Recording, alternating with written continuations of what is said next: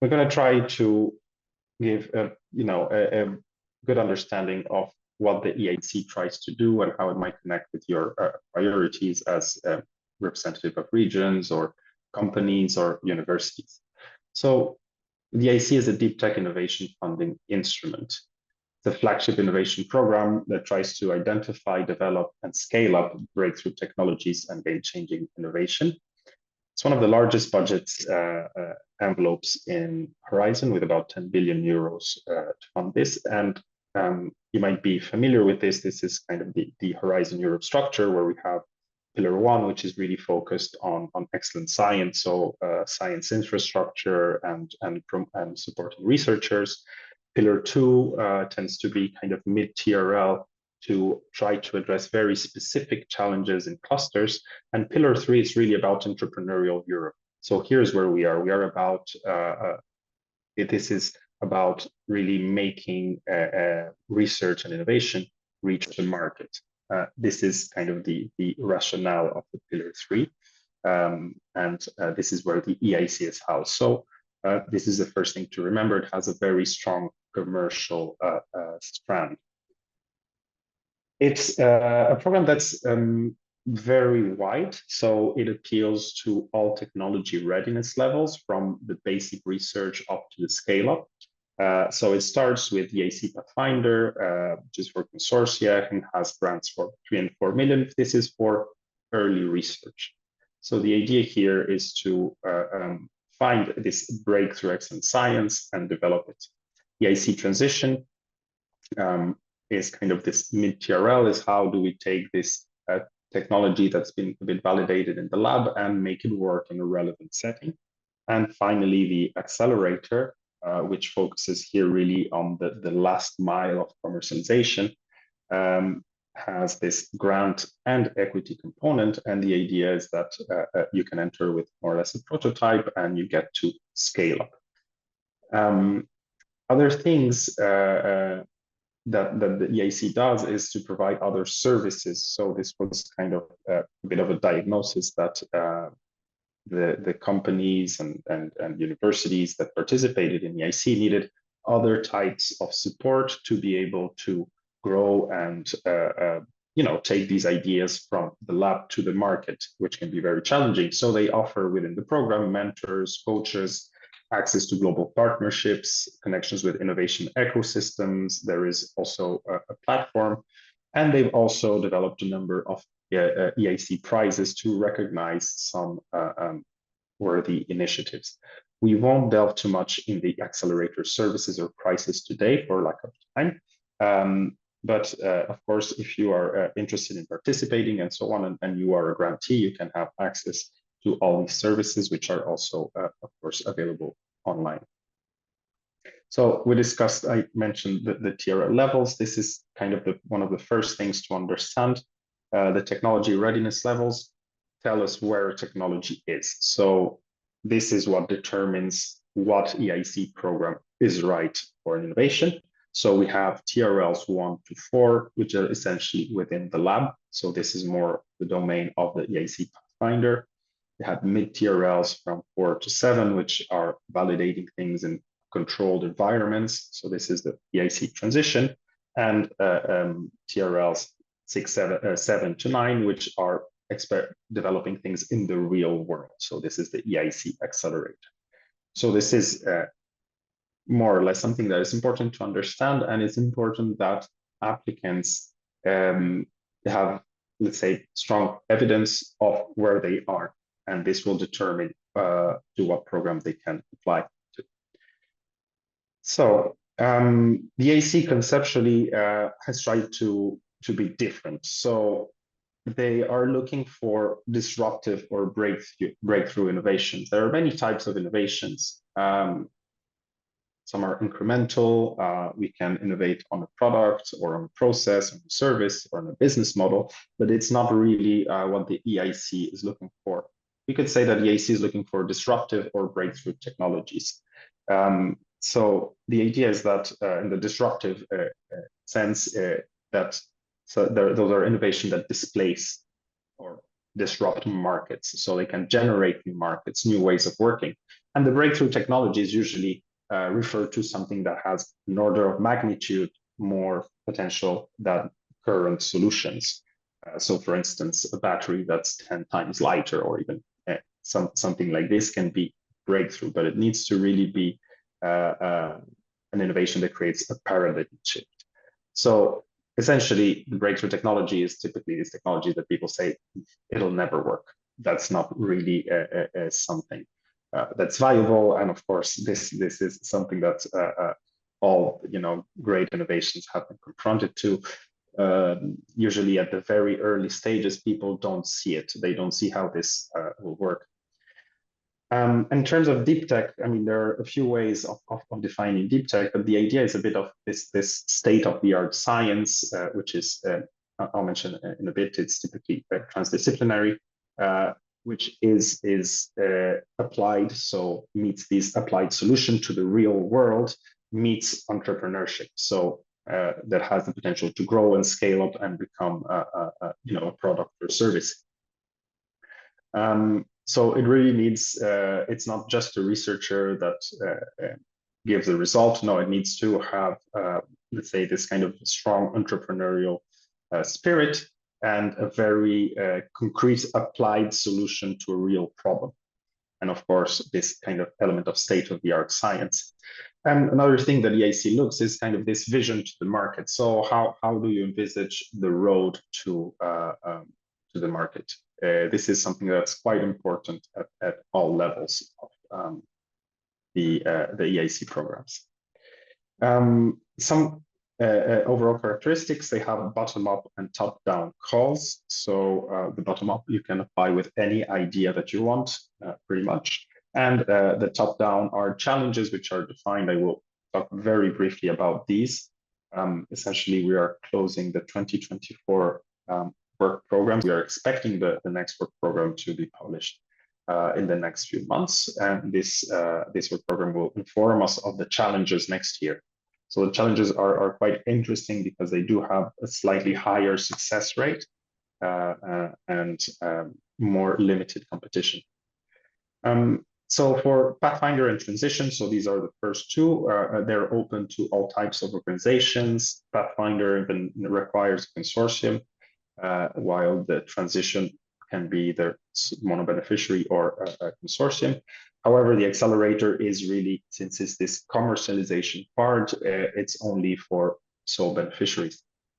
The program offers a long-term strategic outlook, so they are in it for the long run. So your vision, if your vision for this technology is ambitious, but it's far down the road, that's okay, because that's what the program is meant to do, is to provide grant funding, but also an investment component and support services to support these breakthrough technologies in the long run. So this is more or less what the plan for the year looks like. This is, of course, for last year, but well, this year, 2024, so it's not so relevant, but it gives you a very nice overview of when the deadlines are for the different programs, and as well for the challenges, as well as indicative budgets. So you'll be able to find these summary tables on the work program. So if you follow the EIC or even us on social media, for sure you will be notified when these are published. So another thing that's quite important to understand, this EIC is very competitive. It has very low success rates. As I mentioned, they tend to be a bit higher for the challenges, but for the Pathfinder, they oscillate between 7.5% to 11%. Transition as well is between 10 and 11%.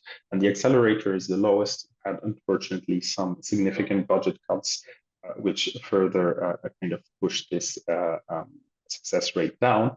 So here the message is it's very important to have a very thorough analysis of to what extent the project, the idea is suitable for this instrument on one hand. So, and if it's suitable, if the company, the idea is at the right place, has the right team. So we need to really do a very good job at qualifying the idea. because with such a success rate, it's important that our efforts are done in a way that for an opportunity that is viable. And you will have a number of ways of assessing this. The countries that have had these success in the accelerator, as you would expect, are kind of the larger countries and more innovative regions like France, Germany, or Netherlands, though Spain, for instance, had as well quite a bit of success. And in terms of areas, they have tended to be dominated by, let's say, two sectors, medtech and biopharma. In the accelerator, of course, these are some areas where the impact is easier to justify, but also energy, agriculture, quantum tech, aerospace, advanced materials, AI, semiconductors. So basically, they are sectors which are quite in line with, let's say, the political priorities, the policy priorities of the EU. So here a question to ask is, if you're representing a country or region or university, are there promising areas where we are particularly excellent that we can identify, and from this this could give some clues as to where we might want to let's say search or scout or support researchers with breakthrough ideas. In terms of evaluation, we'll talk a bit more about accelerator later, but it's quite classic Horizon Europe. You will be evaluated on excellence, impact, quality, and efficiency. In terms of general insights, as I said, it's very important to qualify potential applicants to these ambitious criteria. So there are guidelines in the work programs, but we also encourage you to contact specialists. Either, of course, you can start with the national contact points or work with professionals that are dedicated to these programs. And you can do a kind of a gap analysis. You need to analyze whether our TRL is clear, proven, where is it? Do we have the right partnerships, the right talents and skills? Do we have an idea, vision to commercializations? And if it's high TRL, do we have a good readiness in terms of business? It can be as well interesting, as I said, to identify competitive advantage areas, especially for widening countries and less innovative regions, so that you can give some specific support to these to stakeholders under these areas, so that they can be ready for the EIC. Another thing that's very important is to identify these intermediate funding opportunities. These will help to become EIC ready, as we say, and to receive funding to improve certain aspects of the project or the company, so that they have a higher chance of success. There are some schemes called the fast tracks under EIT or the plug-in schemes under national programs, which are essentially funding opportunities that if you are qualified, you can skip the first stage for the EIC accelerator. So this can be interesting, as you kind of get a fast track, you get some feedback to better prepare. And also, of course, the funds can be used to strengthen the proposal and, let's say, the project and the company.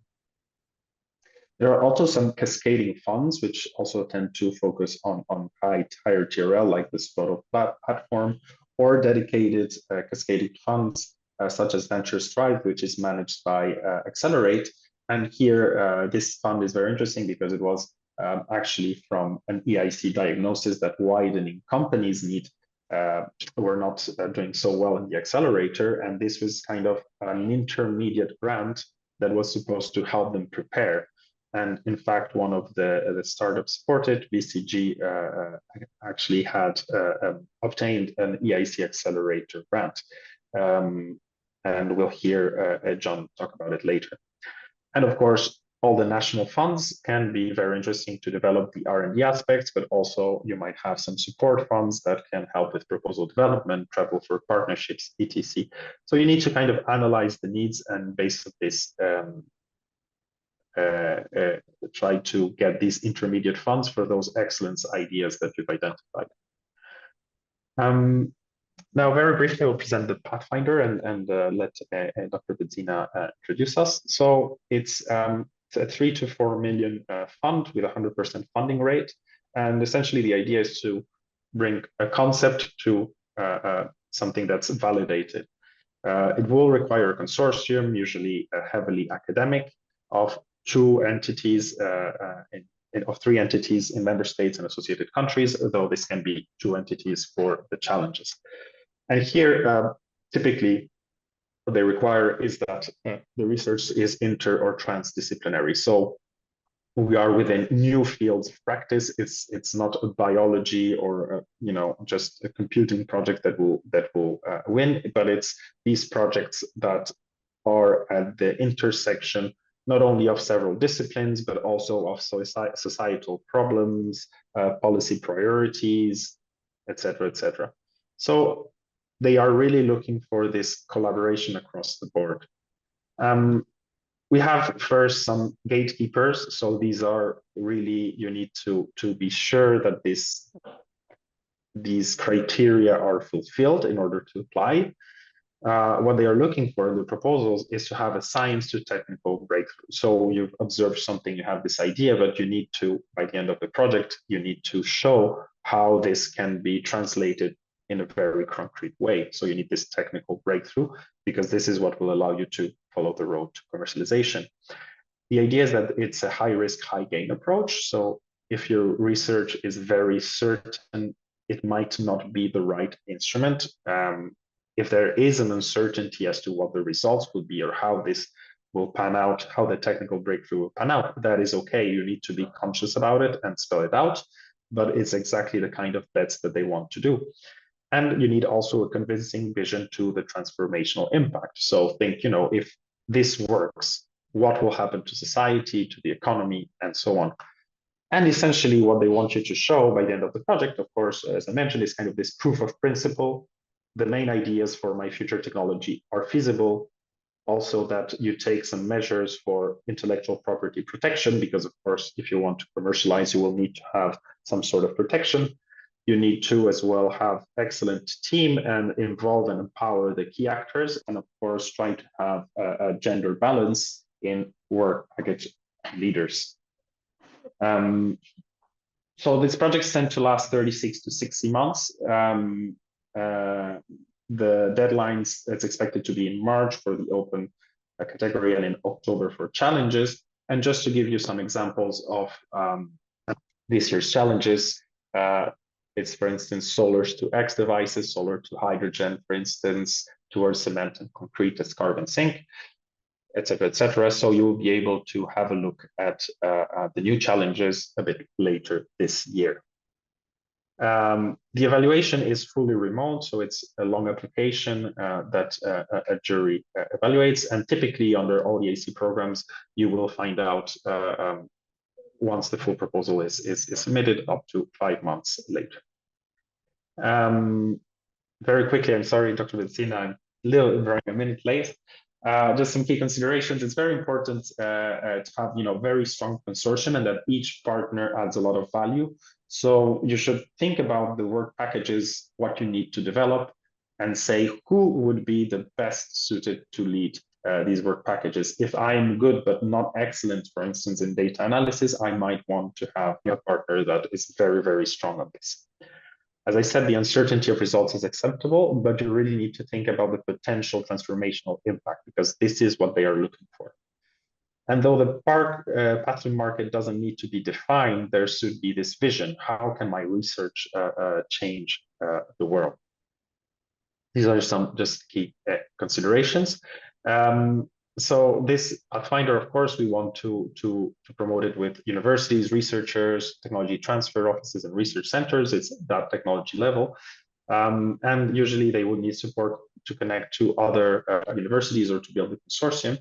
And of course, I leave you here some resources as to how to prepare a good proposal, but also who to contact.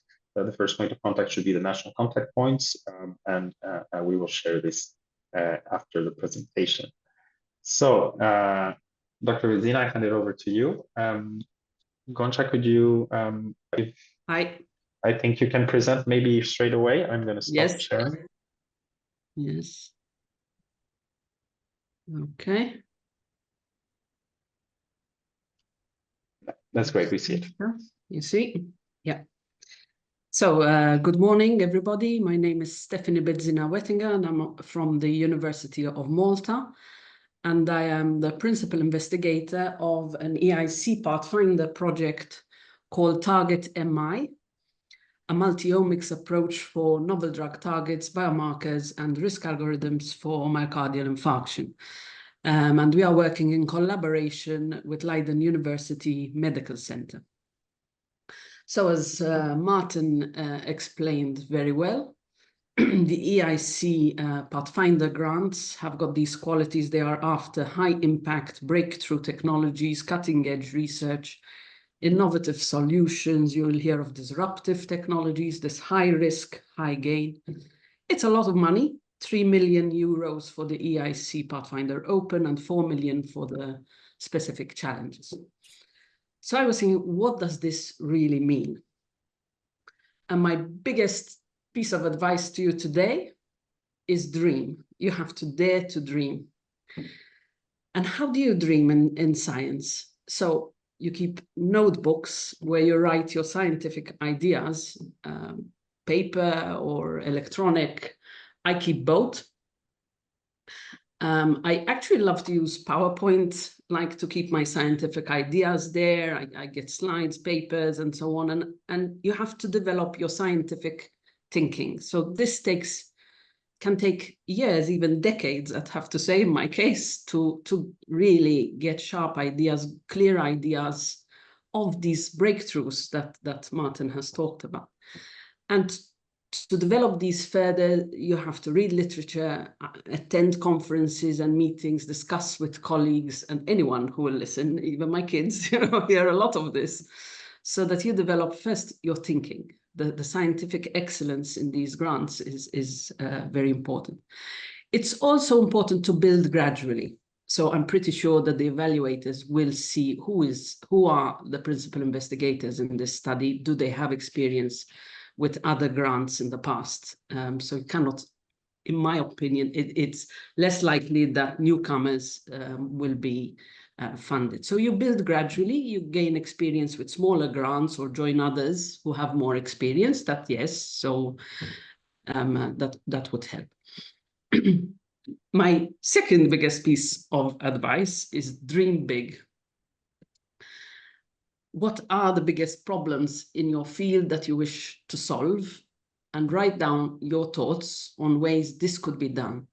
And if you can't think of any ways, and there's nothing in the literature that points some direction, what are the issues? Where is the block, right? So you have to think outside the box, you have to think different.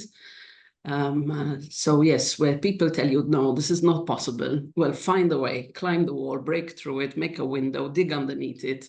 You have to get through. You have to really challenge yourself. And then without a limit on budget, this is where you dream big. How would you go about this? Be ambitious and don't put any limits on your thinking. This is the fun bit. I really enjoyed this bit throughout the years to get there. And then finally, you follow your dreams. What does that mean? It means you have to make them become reality. And that means that these brilliant ideas that you have got, you have to present them in a convincing manner. And that requires meticulous planning. The project must be planned really, really well. You are trying to convince someone to give you 3 or 4 million euros. So imagine how convincing you have to be of that. There mustn't be any gray area anywhere. And the plan, I mean, you need, yes, very good scientific ideas. They have to make sense too. So yeah, we're dreaming, but it's scientifically, it should be plausible, and the whole plan should be plausible. And we're not talking just the scientific plan, there's the financial plan, there's the time planning. It must all be plausible and feasible within the time frame that you have allocated.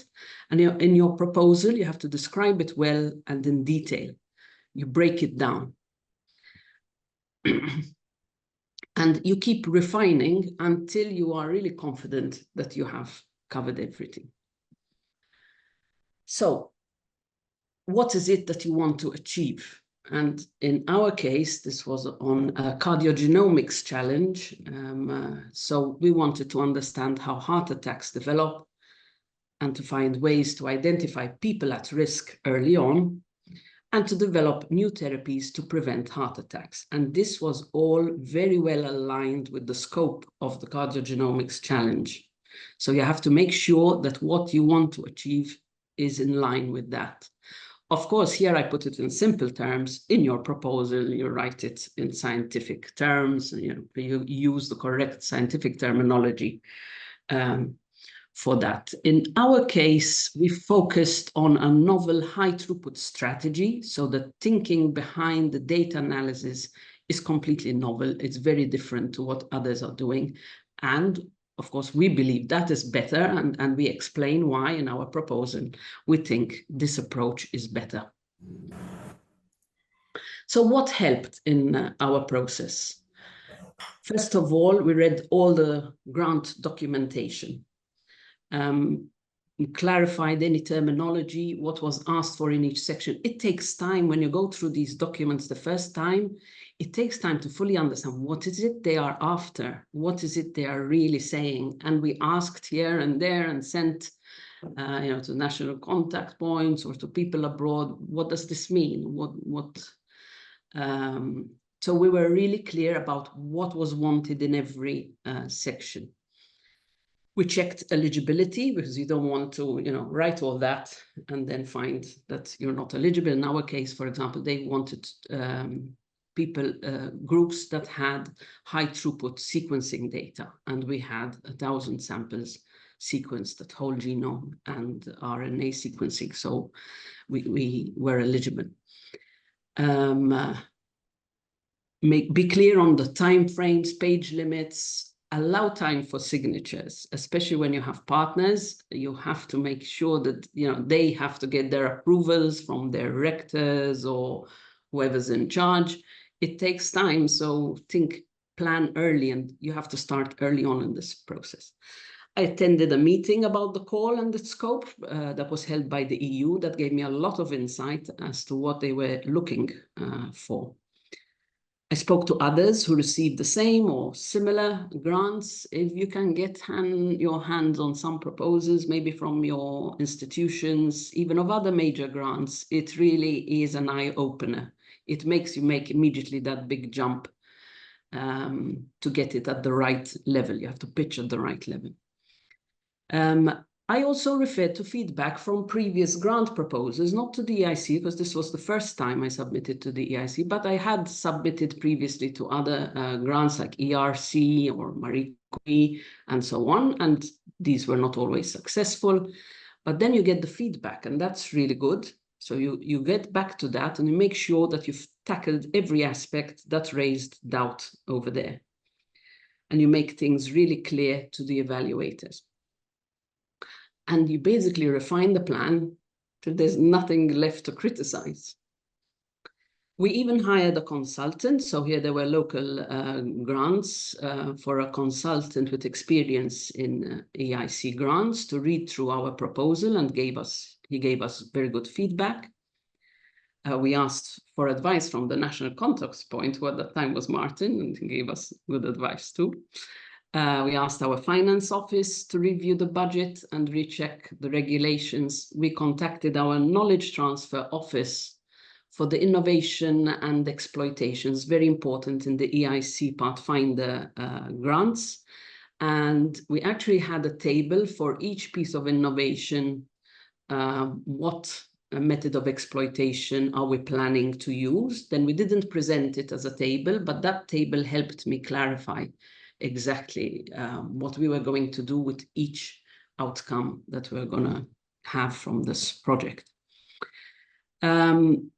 We obtained and included data relevant to the market of our final products. And at that time, I was lucky, our university had membership to these websites that have market reports and so on. So like in our case, we're looking at the market for cardiac biomarkers, how it is growing, how it's expected to grow, and so on. We added that too.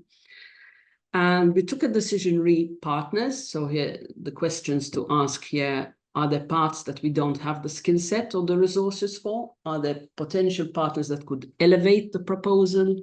Are they people we know and trust? Because you're going to be working with these people for a number of years, and you really want people you can rely on. So ideally, they are people you already know well. And we held meetings to discuss synergy, and as I said before, allow them the time to get signatures and approvals. It's really good to study the evaluation criteria and sub-criteria and the whole evaluation process. So there's the excellence section, impact section, and quality and efficiency of the implementation.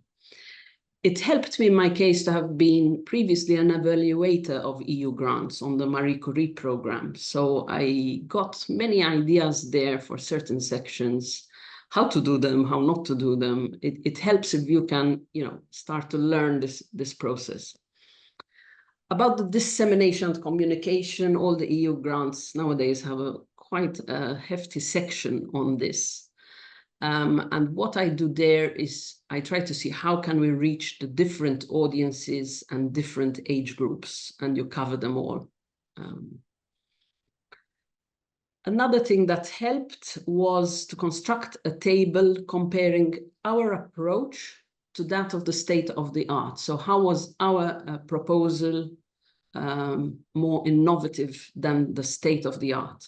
And again, I didn't put in this table in the proposal. I changed it all to words, but I made sure that it's all really, really clear in the proposal. And when you're seeing that table, it really helps you sharpen your ideas and improve on them. To make it better, you have to make it better than what's currently around. And then we wrote and rewrote, got constructive feedback from others, and made sure it's clear and concise. How much we asked ourselves, how much do we think it would score? And we aimed for full marks because the competition is high. In our case, so we emphasized the biggest asset. And in our case, our biggest asset is our sample collection. So we have 1,000 samples, which we collected many years before, like some 10, 12 years before this proposal. And the manner that they were collected was really beyond state of the art. And this, we explain in our proposal, will have an impact on the results and outcome. So emphasize whatever is your largest and greatest asset, harp about it, explain it really, really well. In the end, you should really fill, the project results, expected outcomes, and expected impact of your project. And the expected impact should tally with the scope of that challenge or that call. So if you had to look at the Cardiogenomics challenge, you'll find those somewhere in the expected impact sections. But then you have to see how your outcomes and your project results lead to that. And that's where you explain it in detail in your proposal. And this is the silly face you make when you read we're in Bucharest and we knew the results would be out on this day. So we were like checking our mobiles. And this is the silly face one makes when you read that you and your team are being awarded 4 million euros for your dream project. So that's a great feeling. It's hard work before. I realize now, looking back, that really took the preparation for it. I mean, I didn't even know about the EIC Pathfinder when I started preparing for it, because I think the preparation took 10, possibly more years to get to the stage. It might not be the same for every field, of course, but in my case, the thinking for it developed over many, many years. But of course, there's always a team behind all this successful work. And this is the target in my team. They are really, really brilliant. These are their names here. You will find that these are all multidisciplinary from different, who's from IT and bioinformatics, molecular geneticists, doctors, epidemiologists, you know, so yes, the multidisciplinarity is there as well. If you would like further information on our project, I didn't go too much in detail on the project because I gathered that you're from different areas and fields, but please, you can find our website here and our LinkedIn pages. This is something about the European Innovation Council funding, which we promote, of course. Thank you very much. I don't know if you'd like to ask. Thank you, Dr. Bezzina. Yes, I think we have a few minutes for a couple of questions. I have a very quick one just to start. When did you start the preparation? Of course, everything that came the past 10 years, but very specifically for the proposal, when did you start working on it, more or less? How much time before the deadline? The deadline, I think, was October 15th. I think I started like some 3 months before, really then concretely. Yeah, because you have a lot to gather and a lot to develop, and you will write and rewrite things. And there are even things like, what figures are you going to put in? They have to be really critical figures. And that takes time, and building that, because you're also limited in space, in word counts. So you will be writing and rewriting. So yeah, I think 3 months and the last 6 weeks was, you know, like day and night type of thinking. But especially, you know, to get partners on board and so on. I think like having, you know, discussed with others now who got EIC grants, the partners, of course, the larger the group, maybe the smaller your share of load of the work. But then it is also, you know, there's a big communication issue. So then the larger the group, the longer it will take to communicate with everyone and so on. It's not our case because we are just 2 partners, and that's fine. Yeah.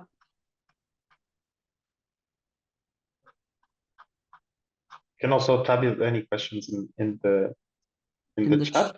In the chat, okay, sorry. Yeah. No, I'm just saying, or anyone. The artwork, yes. In my free time, I paint and I draw. Oh. So it helps me think too. So thank you. Yeah. But the and maybe okay. What would have helped you more in this process? Something that you wished you had known beforehand. Is there anything difficult? Maybe in my case, you know, I wish I had known before of the EIC Pathfinder grants. You know, I was not aware. And I got to know by a colleague in the field abroad who called me and said, hey, there's this challenge, it, you know, really fits in your case. And I'm very happy that she got funded too for her projects, because she told me about it. So we're competing against each other. So maybe getting to know as early as possible about what's the grants are.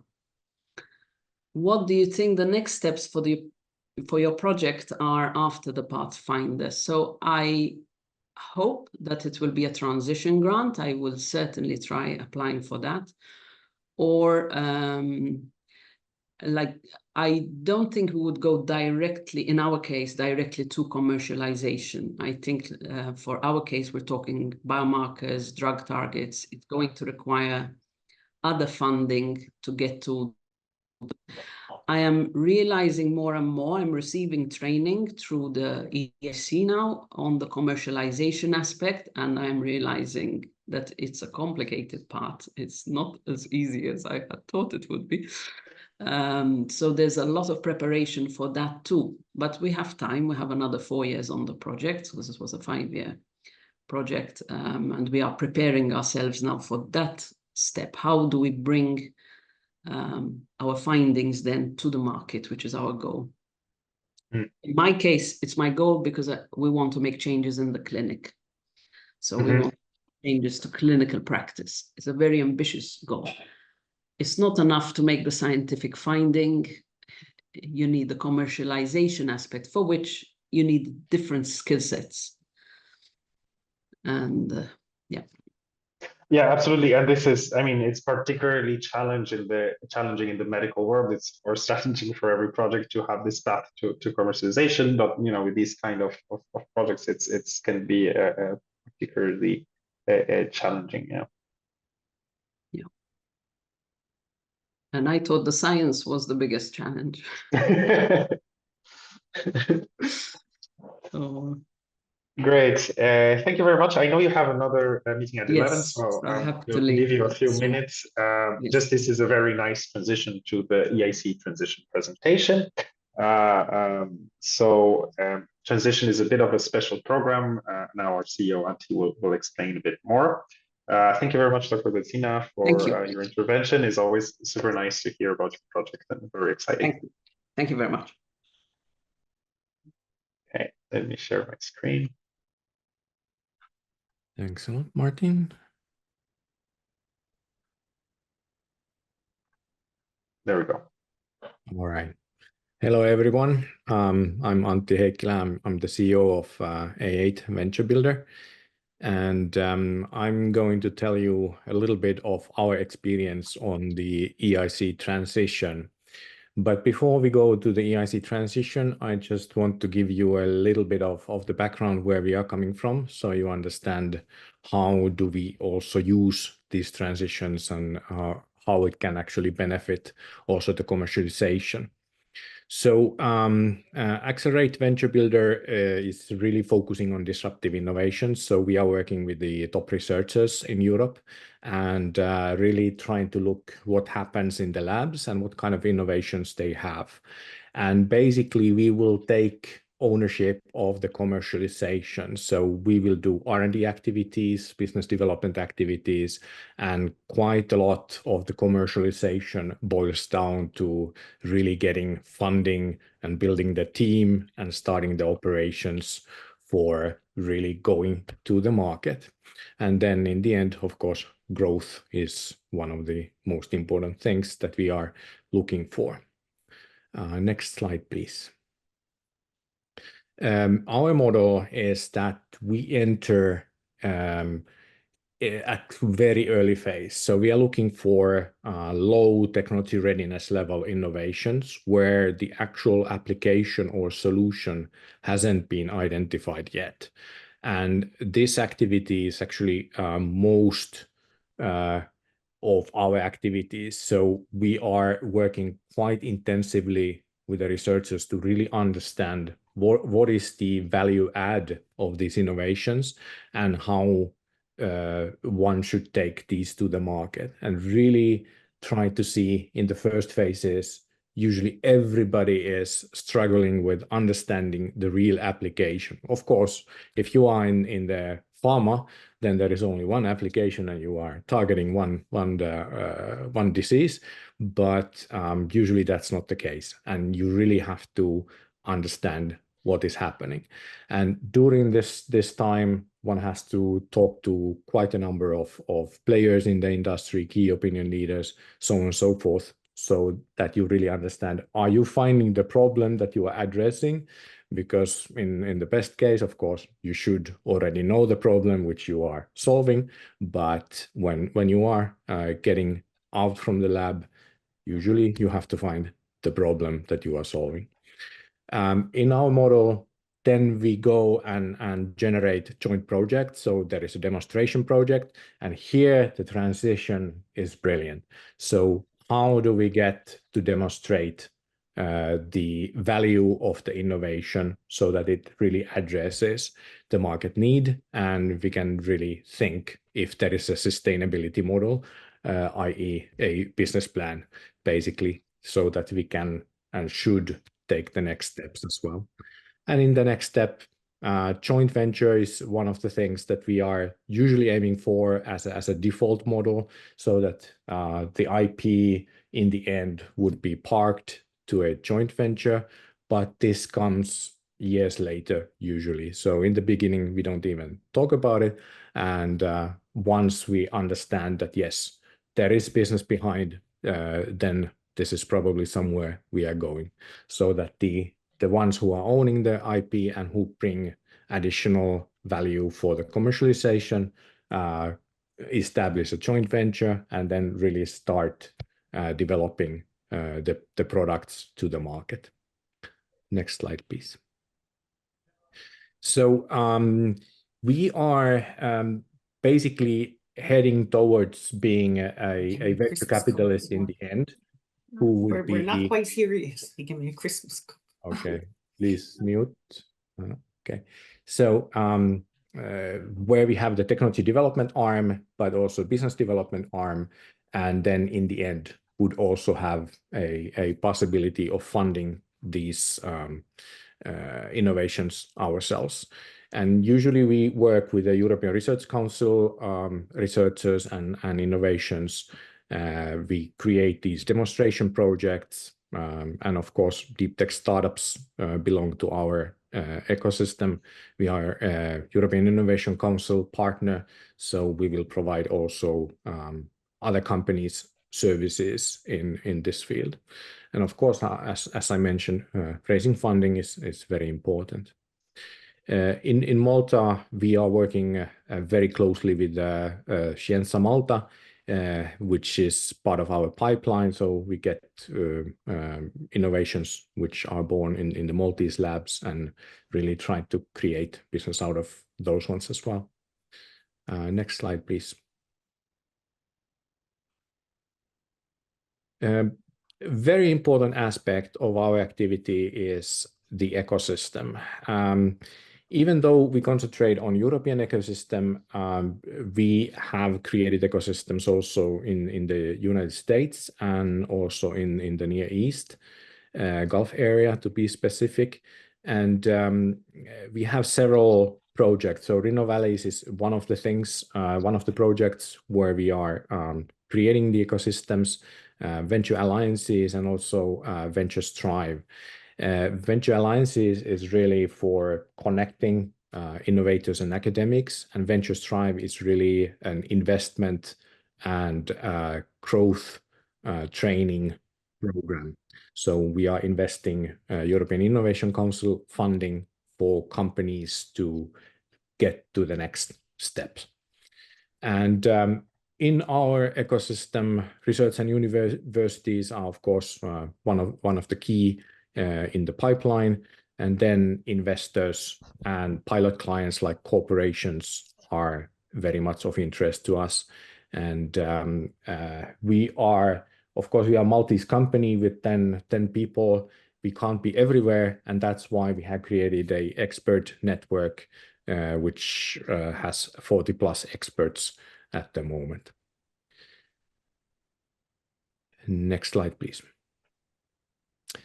So let's go to the transition project. So currently we have 3 EIC transition projects. So EB for therapy is a technology focused on radiation therapy. So it's a laser-based technology, and it's using high energy electrons to really combat these tumors. Then we have BioPure, which is in the pharma field. So it's an industrial level application where we are increasing the production of biotherapeutics and really bringing the costs down. And then finally, ACLAS is our latest one in this family, where we are focusing on quantum computers and providing new types of components for future quantum computers. Next slide, please. So I'm going to provide a little bit of insights how we have felt the EIC transition as an instrument, but please do write some questions. So I try to leave some time for discussion, because probably you might have a specific question and I'm not able to cover it, but then I try to go quickly, and then we have a bit more time for the discussion. So here at the moment, bear in mind that the work program hasn't been released yet. So next year, everything can be different. Of course, we expect there would be some type of a continuation, and things would be pretty much the same as now. So let's just go to the current guide and instructions and procedures, which probably are quite good also next year. So how do you really use the transition, and how do you get on board? So currently, the results that are being commercialized have to be originating from an eligible project. And there is a list of eligible projects, which are including the European Research Council, Proof of Concept Funds, the EIC Pathfinder, European Defence Fund, Research and Innovation Actions from Horizon Europe Pillar 2, and many more. And basically, this has been built in the pipeline of the EIC because they don't want to use too much time to the due diligence of the actual technology. So they believe that earlier, if it's coming from an earlier project, which is very, very diligently scanned through the technology, then they can skip this phase to some extent. So basically, you can have access to the technology. You can get the IP, which is originating from these projects, and then you can generate the transition project, or you can find these organizations who are commercializing this technology or have been working in these projects, and you can partner with these organizations, or then you find a consortium who is preparing a proposal or project, and you can be a subcontractor.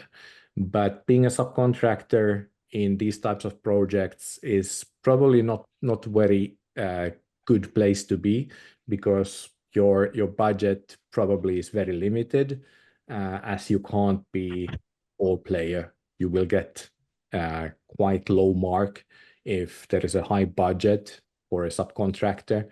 It's a high risk then for the consortium if everything is outsourced to an external player. Next slide, please.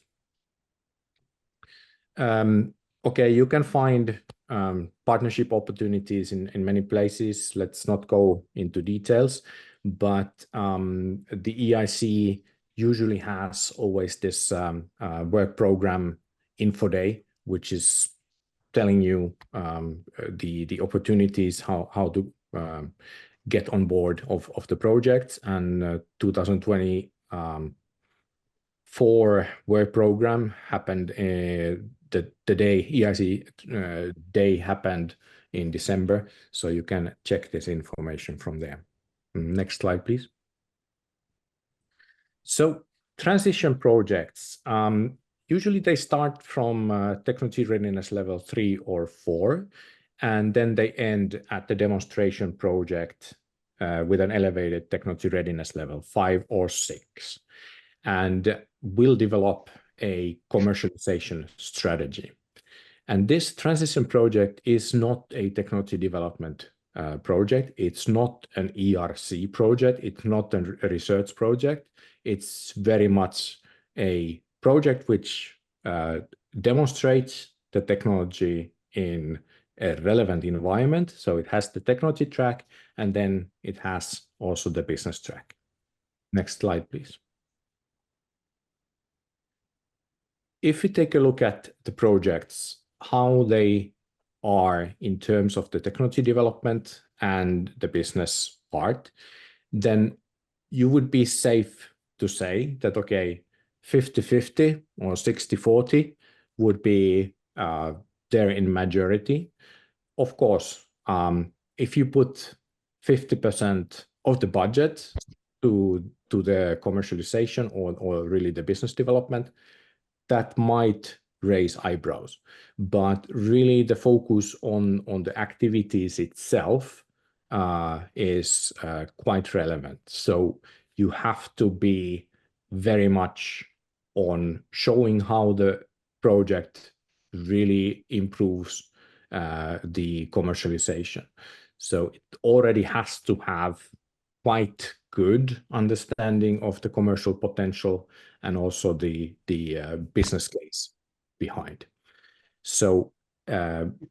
there you have to really pay attention and use quite a lot of time before you can submit, so that you can understand really where do you add value and what might be the road to the market.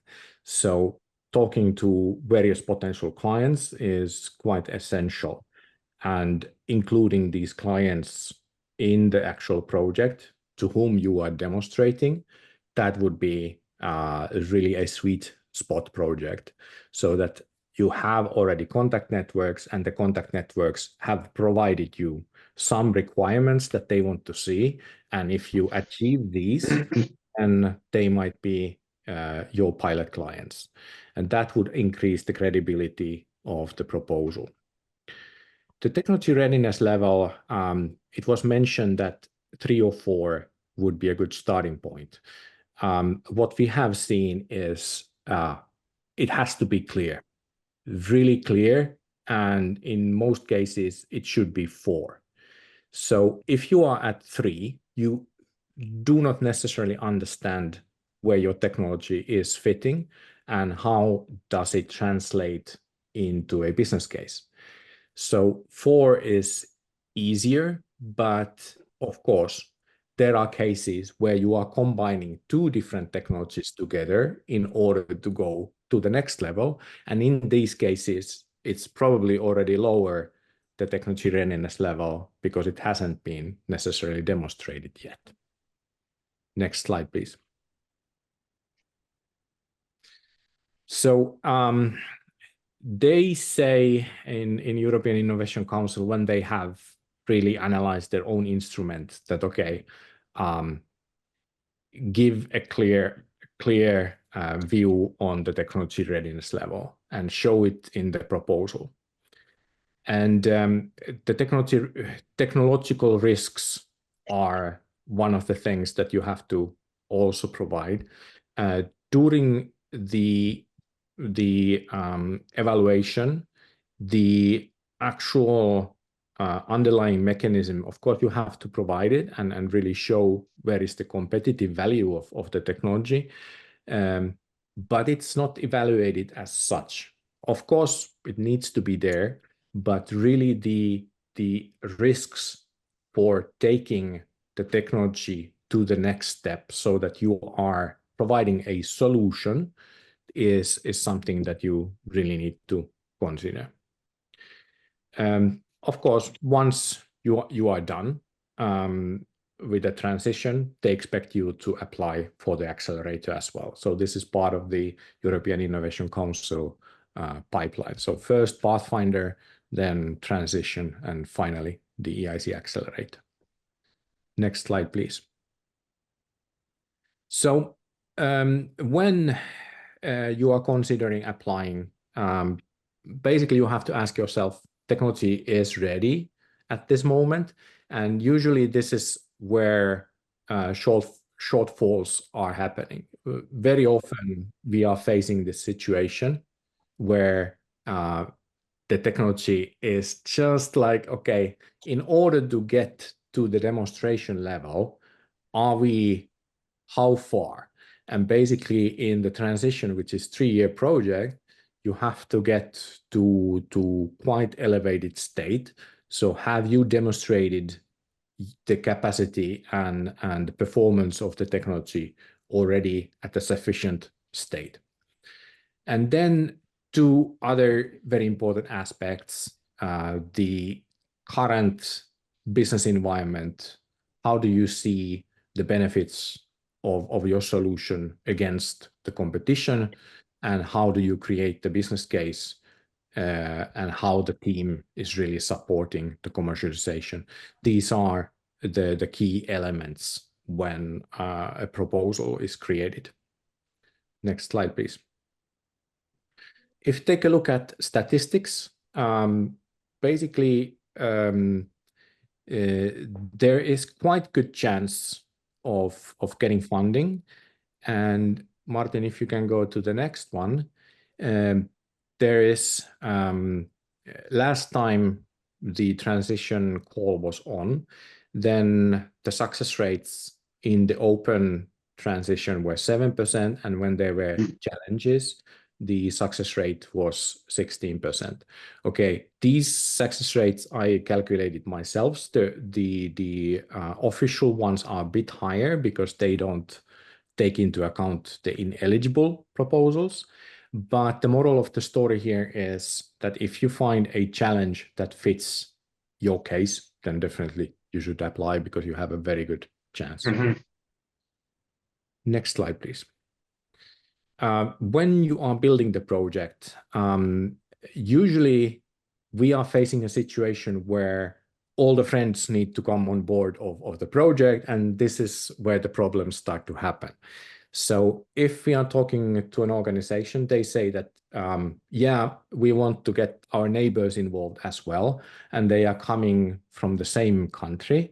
And that already means that the project needs to have 4 beneficiaries, because always you have to have 3 different countries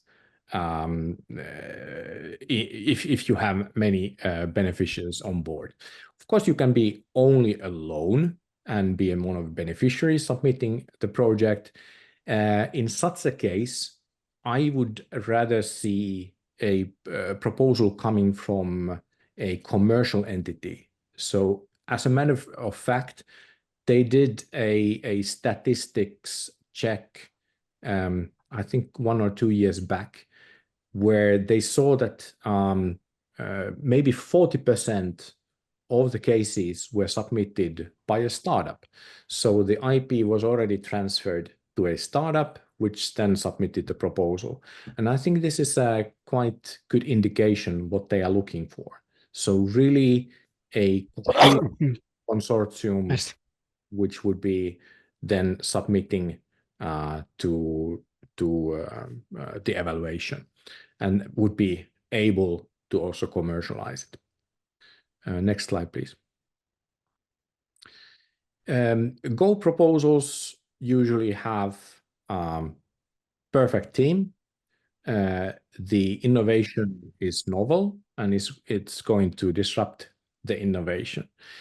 Then you have the market understanding and the business case already there, but it's not necessarily making the proposal. Next slide. It might be breaking the proposal though, because this is usually the case where it just fails. So there is no understanding of the market. It's just a technology development project, and you really do not go and have sufficient KPIs for the demonstration and get feedback from the markets. Next slide, please. So that being said, really understanding, first of all, the use case. So where you are using the technology now and in the future are part of creating the business case. So we are favoring usually 2-tier strategy. So first we have the low-hanging fruits that we are demonstrating the technology and its value. And then in the end, if everything works fine, we have some understanding how the go-to-market strategy also incorporates a very highly ambitious plan to disrupt the market as well. In the beginning, we might not be able to, so then we just have to see whether the technology works in some type of application. And then once we get a bit more demonstration under our belts, then we can go to a higher ambition targets as well. Maybe nothing more of this slide. So next slide, please. You have types of evaluation in front of you. So first you are submitting the proposal, and if you are being selected into the shortlist, then you basically go and have an interview with the jury. In the first phase, when you are submitting the proposal, the criteria is a bit different than with the jury.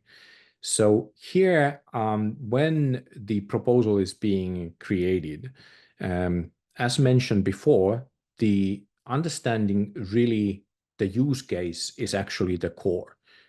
Everything that is written here and which is the criteria is actually not possible unless you really understand how do you use the technology so that it brings value to somebody. And then in such a case, you can start creating the business case, you can start really benchmarking it to the competition. And in the project itself, you can then say that, okay, these types of KPIs would be very beneficial for us. That would increase the possibility of the commercialization. So you have to demonstrate a performance level, you have to demonstrate the feasibility, the business feasibility, the scalability of the production, all these things which are important in the commercialization. And in order to do so, the team itself is, of course, very important. You have to show that, okay, here the team is selected so that we can get to the markets, and it has to be like coming from different angles, and it has to be complementary. There are, of course, all these impacts you have to create for Europe, but they are in all the projects, so maybe we don't have to go deeper into details on these. So next slide, please. So then, yes, if you are lucky and the proposal is good, then you are invited to the jury interview, and basically EIC is taking at least double the amount of proposals to the jury interview. So the success rate now at this phase is somewhere around, let's say, 25 to 50%. So when you get to the interview, then you are quite in good hands already. And here you really have to start preparing. But before you go to the jury and before you submit your proposal, you have to think about this phase already, because if you don't have the team, if you don't have business people on board the project, you probably will fail the jury interview. And next slide, I will tell you why. So here in the jury interview, they are not talking anything about the technology, the science, nothing which is like typical for European Commission projects. So they talk about the business case. Very often the business case, the IP behind, the go-to-market strategy, the regulations, all these things are super important. So the jury who comes and interviews you, they are often evaluators and jury members of the other instruments like the EIC Accelerator as well.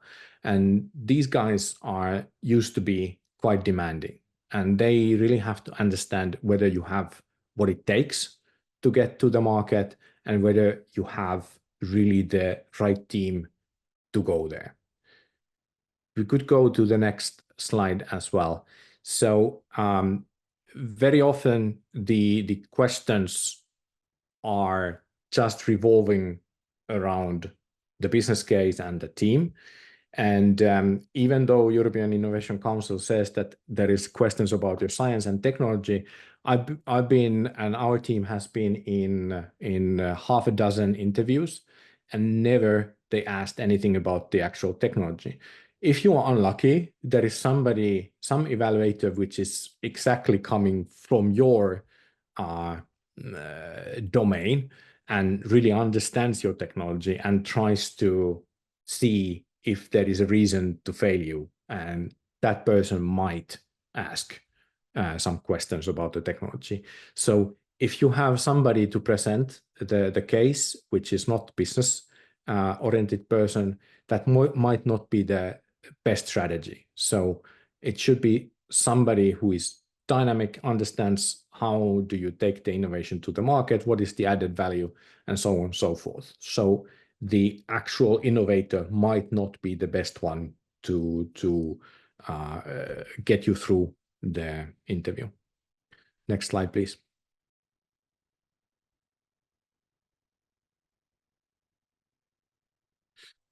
So, okay, yeah. So usually they provide you quite good feedback after also the jury. And there are things like, okay, the milestones, really the KPIs, whether they work for the demonstration purposes, the IPR ownership, the TRL level is always in the discussions. And then the team usually gets also a bit of feedback whether that works. If the team is already quite complemented, let's say they have the business side and the technical side, then usually that's a very good thing, and you don't get too much of the feedback. Next slide, please. So that's basically it. So if you have any questions, I'm happy to answer. And please also check, EIC has a YouTube channel, and they are recording the info days. And for this year, there was quite good 1 hour presentation where you can learn quite a bit more, especially if you are submitting for this deadline. So thanks a lot. Martin, you are muted. Thanks, Zoltan. Yes, I welcome any questions are welcome in the chat, or you can also unmute your mic. I have the first question, which is very practical, and I know the answer, but how do I find the project, the eligible project list? What results are eligible? So this is published always before or at the same time when the call is published.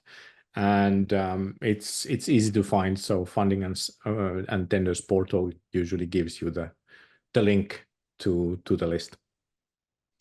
And my follow-up question is have you heard of any experiences where the results were purchased or ceded to a private entity who applied to the transition, so that the owner of the results was not the person who, or not the entity who applied, but someone else? Well, basically you have to be the owner. So you have to have some type of a documentation to prove that you are the owner. So it's quite easy if those same organizations who have been in the eligible project are doing this transition project. So it's easier to prove. But in any case, you just have to provide the document trail as well. Thank you. Okay, so we have a question about the interviews. So is it possible to have second interview if the first one is failed? It is possible, but you have to apply again from the beginning. So there is not like, okay, come next week again and we have new questions. So you really have to apply again. In the EIC Accelerator, you have this possibility that, okay, in the next round, you don't have to submit the proposal, but you can come to the jury instead. I haven't heard that the same applies to transition. So we have gone to interviews which have failed, and then we have submitted another proposal, and next time we, of course, were selected to the interview, and then the interview went much better. So we also got the grant. Martin, we don't hear you. Sorry, sorry, I have a double mute.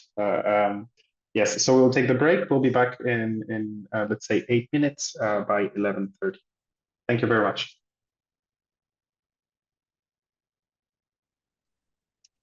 So let's start over again. We have Jon who's just joined, who's going to give us just in a few minutes his testimony on the EIC accelerator. It's a very recent accelerator grantee. So first, congratulations. And I'll just do kind of a brief general intro to the accelerator. As I mentioned before, the accelerator is quite a tough program. I mean, it already was from the beginning something quite ambitious and new. So these programs are about 3 years old. They've been piloted and refined. And unfortunately, we've had last year, there was significant budget cut.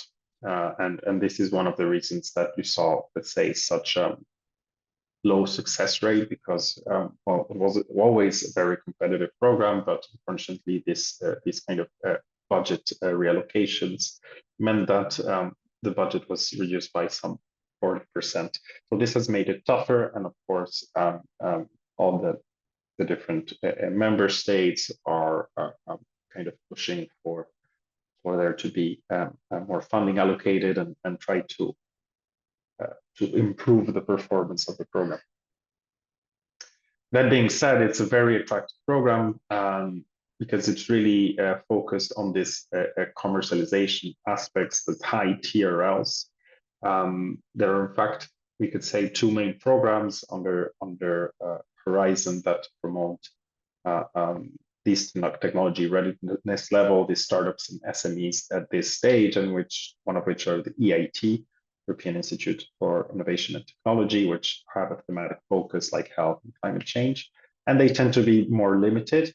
So the accelerator really is this program, which is very interesting for the big ideas, because you have a very sizable grant of 2.5 million euros, which provides 70% funding rate, and an optional investment component. So this is an equity investment for the scale-up section of the development. So here, the equity investment is patient capital. The idea is that you know, the European Commission doesn't want to have an exit from the company very quickly. It takes, let's say, an outlook of 10, 15 years, and will only have, let's say, minority ownership. So the idea is as well that this equity investment kind of helps crowd in other private investment. So what we're looking for here are very clear commercialization and scale-up paths. So, of course, in EIC Pathfinder, there is quite a bit of uncertainty, let's say, onto how this innovation will pan out in the market. In transition, it really needs to land, and we can, of course, still explore, but we need to know which avenues we will explore. And by the time you get to accelerator, the idea is that you already have a clear identification of the market and as well some traction. So the idea is that the commercialization is too risky for the private sector alone, but that it can be reduced by increasing the TRL and having this perhaps investment component from the EU. But as much as possible, I mean, initially it was thought that maybe the EU could be the sole investor, but they quickly realized that really what they want is to try to de-risk these projects for the private sector and come together to invest. As I mentioned, the big criteria are very similar. As Dr. Bezzina said, I mean, you know, we're talking about dreams. The solution needs to be very groundbreaking. I also share this little comic which said, you know, what is a breakthrough solution is someone who's saying that that'll never work. So it needs to be something that that is very ambitious and very novel, and that has a very big potential impact on the market and wider society. And here I'm looking forward to hear from BCG how they've articulated this impact. There's also this consideration of the scale up. So there needs to be credible plans to scale up. And as I mentioned, since the commercialization part needs to be clear, we need to know which markets and customer our innovation addresses in a very, let's say, concrete way. So yes, we're focusing on the creation of new markets or disrupting existing ones. what does it fund? It funds a number of things.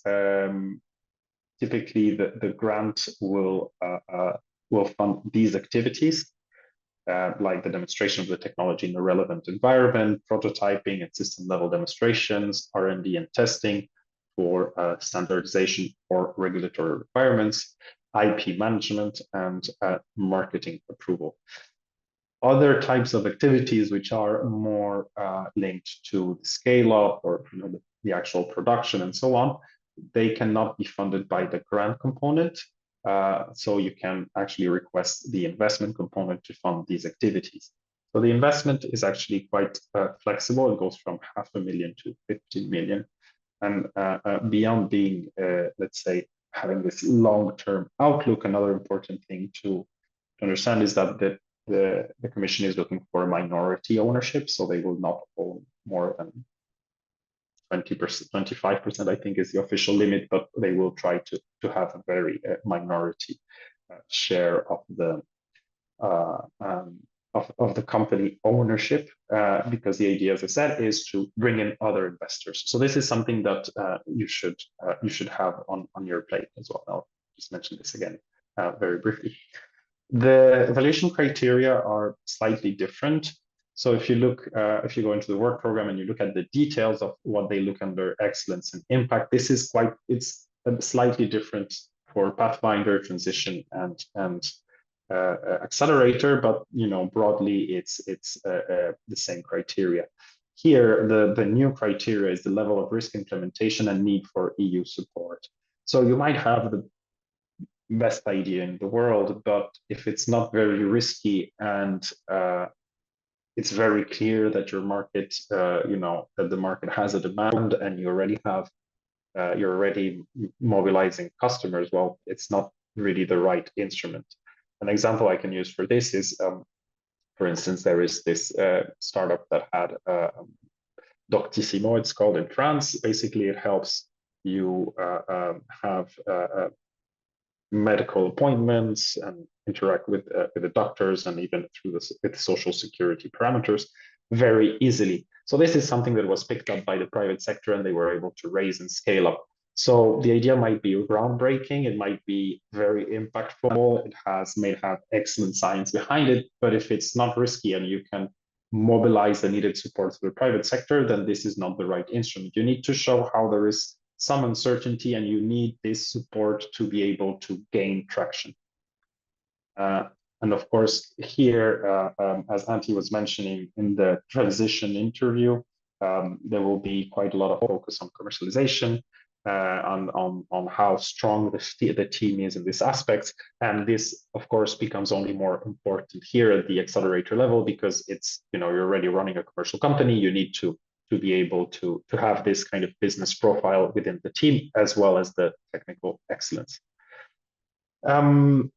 So the proposal, the evaluation process is, has evolved quite a bit. We expect it won't change too much. By the next year, you essentially have an open, let's say, with no deadlines, it's always open short proposal stage, which is basically 12-page application with a slide deck and a 3-minute video, which you can get then evaluated by 4 experts. And if 3/4 of the experts says this is a good idea, you're invited to submit a full proposal, who then are which is evaluated by 3 experts. And here as well, you expected to get 3 goes from the experts to get the final interview.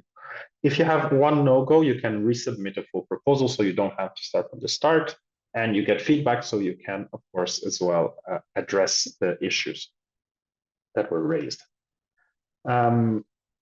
Some very brief key considerations.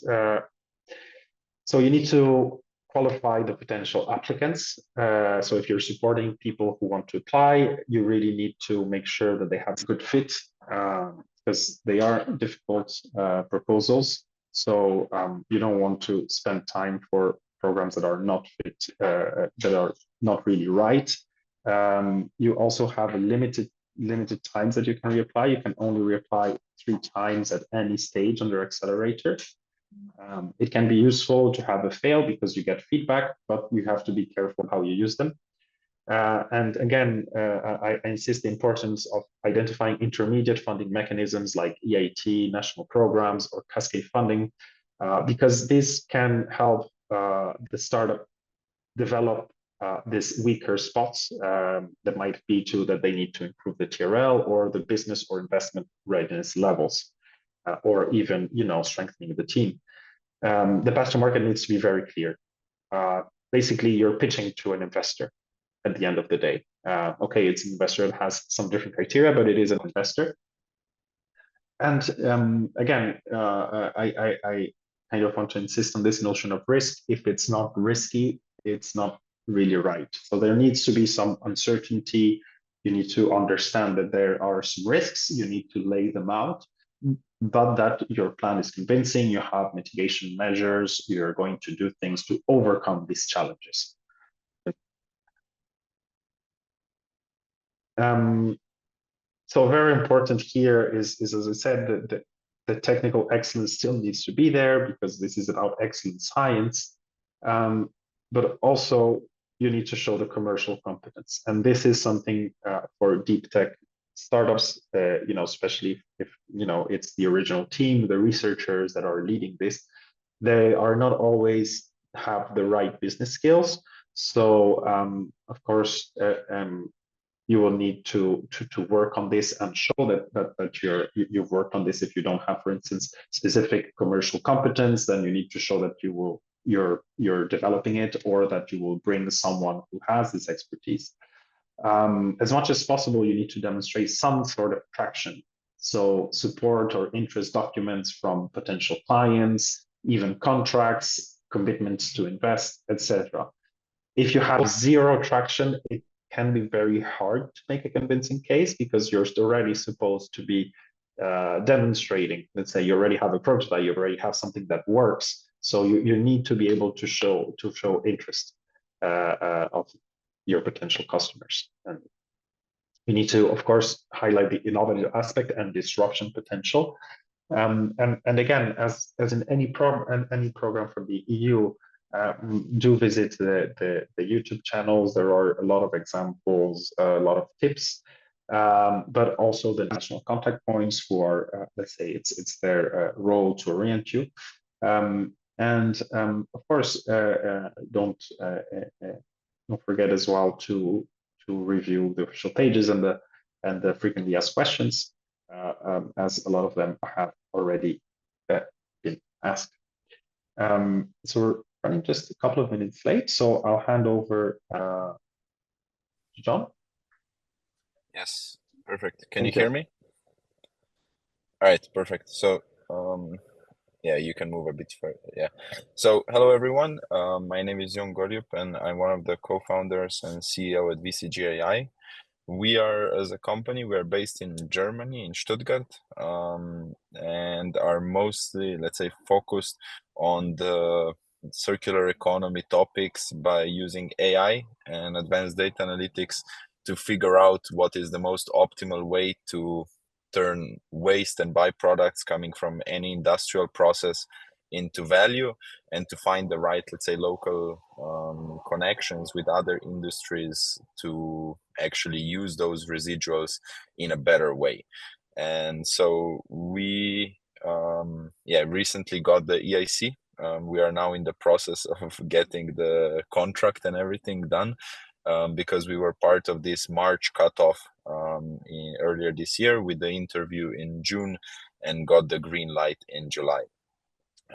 As a company, we really focus on making sure that we can de-risk as much as possible on a global scale the industrial transition towards more circular practices, more bio-based practices, to scale the circular technology innovation and processes to the industrial setting as much as possible, and to support the carbonization of various industries by increasing the supply that is available in the market of high quality circular resources and materials for any type of application like chemistry, cosmetics, food, pharmaceuticals, etc. Yeah, so please move. So what do we do? Just to give you a bit insight into our company. So the way that we use AI and big data, we do it in two ways. One is on the tailor making sort of the circular business models and solutions for every waste stream. And the other one is understanding supply and demand in a broader industrial landscape for companies where we don't even have data for. And so if you go ahead, here is just like a small snippet of a visual in terms of like this big knowledge graph that we are developing, where we already cover over 250 different byproducts and waste types that can be valorized through over 150 different conversion processes to produce, as I said before, like high value products like proteins, chemicals, pharmaceutical ingredients, food ingredients, and so on. And understanding all of these possible pathways in evaluating each one of them is a super costly and time consuming process at the moment. And so that is one of the big bottlenecks in the industry to actually start implementing more sustainable and profitable practices in this regard, because there is simply too big of an investment. And with VCG, we are breaking down these barriers so that on a global scale, we are able to support this transition towards more circular and sustainable practices. Yeah. And the other element that I already mentioned earlier is that even though you might understand the conversion processes and the technical feasibility, the economics behind it, it's always important to understand who you can implement this with. Because if I am now, let's say, a brewery, I will not implement this alone. I need to have new partners from my local ecosystem. And so what we developed is a sort of prediction engine that allows us to understand the supply of different sorts of side streams from industrial setting and demand for new resources without collecting data from companies. So by modeling data, by gathering a lot of publicly available information, and through our algorithms, we are able to create these sort of heat maps that allows our clients to understand what their neighbor needs and what their neighbor has without having to ask them. And because we were able to do this, like in Germany alone, we have over 1 million companies for which we understand these dynamics. So this gives us a very big, let's say, advantage in the market, but also a way bigger value proposition to our clients. Of course, we are also, the more clients that we onboard, we collect also their supply chain data so that we can reinforce the supply and demand, let's say, predictions with real data. And so here you can imagine right now we are onboarding the largest retailer in Portugal and their entire supply chain. So that means supply data of over 500 production processes across the country. So this is how we are scaling. All right, so now this is, let's say, the overview of the company and now how we develop. So we started back in 2022, where we collaborated as a company with an external, let's say, partner institute in Switzerland, Ecosis, that really specializes in AI and machine learning models. And in that case, we created this sort of early prototype that was sufficient for us to actually start pitching, start pitching to potential clients, start pitching to potential investors, and to get the process going. And in that phase, it was a lot, let's say, focus on the founder capital that we put up from our previous startups that we did, as well as that we had these sort of service contracts that simulated what our product was supposed to develop in the end, but that we were still doing by hand. And so this was able to show us, let's say, traction in the market from the perspective of that there is actual pain points, validating solution, even though it was delivered in a different way than it is at the moment and that it will be in the future. But it still was able to generate, those traction and revenues that were able to fund our development. In 2023, we got our first, let's say, larger sum of money. So we got about 500,000 in grants and a convertible note. So that is a round that we closed last year in September. Yeah, so it's just about a year since then. And then this year we got the 2.5 million grant from the EIC that we are officially starting on the 1st of November this year. But this EIC was sort of not just a one-time attempt, it was quite a big project. So this, for us, from the get-go, we understood that this is something that's going to take a lot of time and resources. So it was a 2-year project for us, where in 2022 we started with the first attempt in the phase 1 and failed completely. At that time, like, we didn't have any clue what we were actually doing, if I'm looking back at it, and the proposal was completely a miss. But based on that attempt, we got quite good feedback, and the more work that we did on the company, the more work that we did in terms of the sort of early R&D, early customer interactions, we were able to actually get the phase 1 attempt again and got it approved. And so that was an important go ahead for us. Then we did the phase 2 attempt, where we failed again. So this was the first time that we had to write a bigger proposal. At the time, we didn't have like a really solid team. We didn't have, you know, the business logic behind our company was still not clear. And that is something that was, let's say, in all of the failed attempts, even in the next attempt that we had in 2023, it was always coming to the same point. All right, your technology sounds cool, you are solving a real problem in the industry, but your business model doesn't really make sense in terms of how we scale. And so in 23, we spent a lot of time digging deeper into this topic, digging deeper, not just for the purpose of the EIC, but for the purpose of the company. I think that the EIC really gave us the push to do the things the right way and to figure them out. And so 23, we really spent on this. And in 24, in January, we submitted phase 1 again. So it was end of January this year. We got the green light there. But maybe just this, when you mentioned earlier, 6 to 8 weeks, don't count on that. Like, we had a very big problem because we got the green light for phase 2 1.5 days before the deadline for phase 2 for phase 1, 1.5 days before the deadline for phase 2. Luckily, like, we were quite confident that phase 1 was supposed to go through, so we prepared our phase 2 application even without the green light, so that we were able to submit it, but it took like 9 weeks and something to get it done. So that is something to always keep in mind. I would say that maybe these deadlines that they put on the websites are not really not really to be 100% trusted. And so then we went to the interview in June, and I think that, you know, in phase 1 and 2, it's really about how you present the holistic business behind it. But then in the interview, it's really a show. It's a lot of preparation, like we did probably, I don't know, 20 meetings in regards to preparing for the Q&A, like dry runs of the Q&A. We spent days and days on this. We spent days and days on refining the pitch, working a lot with the venture strive support, working a lot with mentors, with everyone, so that we could come in the end to like a really solid narrative behind the project that highlighted what they are looking for.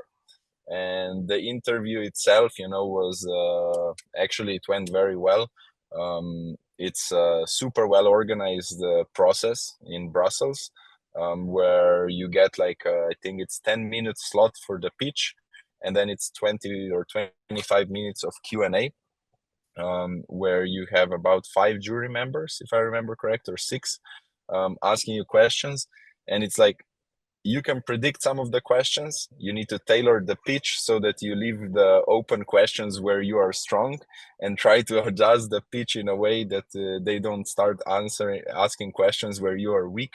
So it's a lot of the choreography, I think, between the pitch and the actual Q&A, so that in the end you can have like a successful proposal. Then, like, maybe one thing to really highlight is that throughout this, now if you go one slide back, that throughout this process, we always had one team member that was dedicated to supporting us in all the preparation for the EIC. So we had somebody in the team that was, let's say, 50% engaged with us, that supported all the writing of also preparation of other grants and everything else, dedicated exclusively to this, because it's such a program that it's super tricky if you are not like super well versed in terms of the EIC language, in terms of what how to structure the narrative of around your company, how to make it sound good to the EIC evaluators. It's super difficult to do. And so this is something that I would recommend to everyone, that if you are taking on this EIC project as a sort of serious commitment from your side, that it's always good to have somebody in the team that is really good at the EIC preparation. You might be very good at the product, at the business side, but you really, really need to have somebody else, somebody who is experienced on this in the team. Yeah. So what was really the state by the time that we got the EIC of the company? So in terms of the product, we had this MVP that was built, and that where we had already like pilot paid customers, where this really showed to the EIC that this is something that the market needs. The product is still far away from being where we want it to be. It's still not ideal, but it's something to show that basically our team was able to develop something that somebody is actually willing to pay for, and that there is an actual need in the market. In terms of the AI models, it was more or less the same, in a way that we developed these models that are super, let's say, different to anything else right there in the market, that is very tailored to the specific niche that is our first target market. And again, we had this sort of, it was used by our internal users to deliver services to the customers in terms of this early traction, but it was also tested by our first pilot customers, and this really made a lot of difference when it came to the actual EIC, especially in the interview and the stage 2. In terms of the business model, we had this, let's say, quite good validation. Like we are on track this year to do around 700,000 in revenue. So we already showed that even though the product was not there, that there is this capacity in the team to develop a business out of it. We had verified pricing model. We had like over 25 letters of intent from the industry. And we had these really big name customers, or let's say pilot customers, that were very much interested in the outcome of the project. And that is a big, big, big factor when it comes to the EIC evaluators. As you mentioned earlier, Martin, whenever we failed, it was really about the business model and the scale-up strategy. This is something that we had to like drill a lot in the company to figure out how to increase the value of how much money we make per customer throughout its lifetime. So this lifetime customer value, this was big one. How do we scale from 1 company to 10 is easy. How do we go towards 100, 200, 500 clients, 1,000 clients? Figuring out that part and making it believable to the jury was the original sort of idea. But the more that we did it, we actually found out that what we prepared for the EIC was something that is realistic and what we need to do anyhow. So this is, again, maybe like the EIC is a project. At least for us, it was a project with the goal of getting the funding. But in the meantime, all the work that we had to do and all the iterations that we had to do were really, really, really useful for us as a company as a whole. And so I really recommend that you take this as a bigger task itself. And by the time that we got the EIC, we had like 13 full-time people working on the product, the AI, as well as then business development and marketing. And we invested through these grants and private investment around 700,000 euros. So just to give you some sort of frame at what point we were actually suitable for the criteria for the EIC itself. Okay. Yeah. So key success factors in our case, really team. We have now like, even though we are like 13 full-time, we had like commitment of additional 4 people to join the company. And these are really top-notch experts in the field in terms of, for example, the AI and machine learning, in terms of having like, for example, somebody in our team that was the lead of business development for a big company that is our competitor. We poached him, so that was a big asset. So having, you know, this ability to show that your team is actually able to scale, it's super important. Also, what we had in our team was experience for raising funds and building startups before. So that is something that is, I think, giving a lot of confidence to the EIC that you will be able to, after the EIC project, raise money, and that they will not waste 2.5 million on you and then nothing will come out of it. We also had these, let's say, the pilot customers, like in the Heineken, Nestle, and similar, that are really recognizable names. That really helps. As well as that we had partnerships, for example, with WWF, that are, you know, people put attention on that. So it's important to have some of these big names, at least in terms of LOIs or some pilots or some basic engagement, just so that you can show that also these big companies are interested in what you're doing. And yeah, as I mentioned, like really well-defined scale-up strategy, really well-defined business model, and validated, like show validation, like even if it's small, validation to really make sure that they understand that what you are saying is not just a nice story, but that there is some proof behind it. And I think that they get a lot of proposals where it's just a very nice story, and the more validation points that you're able to give, it completely differentiates your proposal from all the other competitors.